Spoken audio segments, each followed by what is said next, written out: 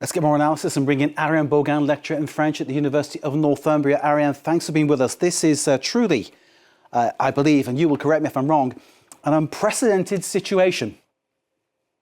Yeah, I mean, it's not the first time that French politicians have been condemned for corruption or embezzlement, but this is certainly the first time that the leader of a major party who is leading the polls way ahead for the 2027 presidential election might not be able to stand for it. So that's why there is such a shock that we are talking about someone who is leading the polls and who might not be able to stand as a candidate. And the reaction politically, I think, is predictable. Voices on the far right condemning it out of hand, voices abroad from the far right end of the political spectrum also making those same noises, all except for François Bayrou, who of course is a well-known centrist and is actual Prime Minister of France. He says he's disturbed by the verdict. Do you understand where he's coming from? Well, it's not a surprise because when the prosecution made its case in November, he already said that she should not be condemned. So him saying that it's disturbed or whatever the word he used is not a surprise.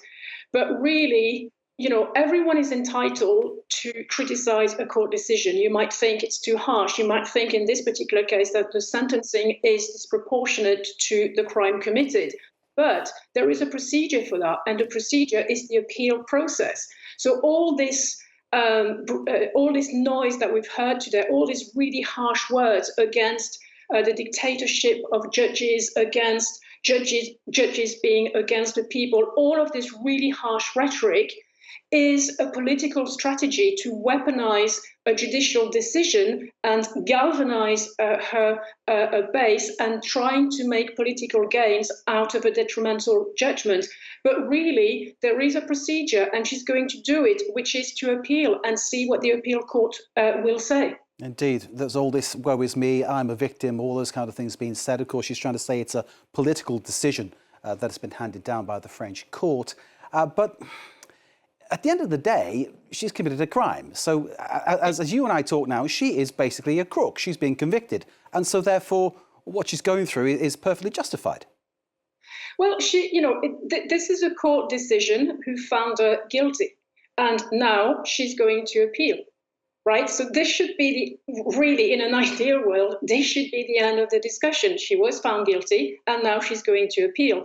But clearly, she wants to present herself as a victim. She wants to present herself as a martyr. And we've seen that before when Sarkozy, for example, was condemned in 2021. That's exactly what he said. When Trump was condemned, that's exactly what he did as well.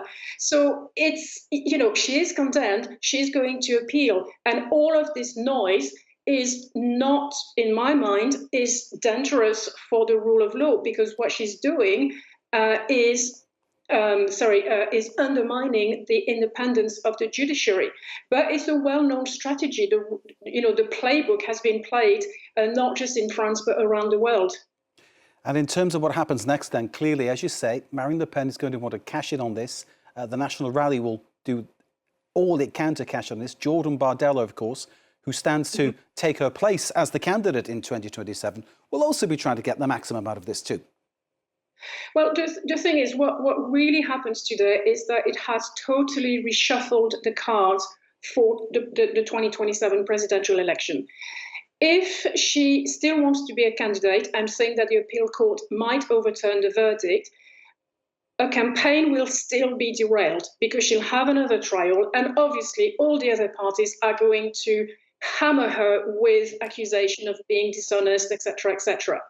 If she takes a step back, then there are two questions. Who is going to be the candidate? It could be Bardella, but when someone with such a stature as Marine Le Pen leaves space, it whets the appetites of other people. So it might not be Bardella.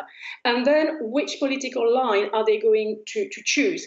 And finally, all the other parties, all their strategies are going to change because they all thought that they were going to fight against Marine Le Pen.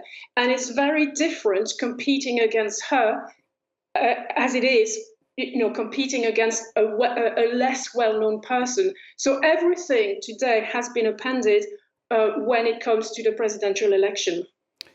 Ariane Bogain, it's always a pleasure to have you on the programme. Thank you very much indeed for giving us that analysis of the situation, which, as you say, is ongoing. Although Marine Le Pen, this evening, convicted of embezzlement and barred from running for the 2027 election here in France. Ariane, thanks for joining us.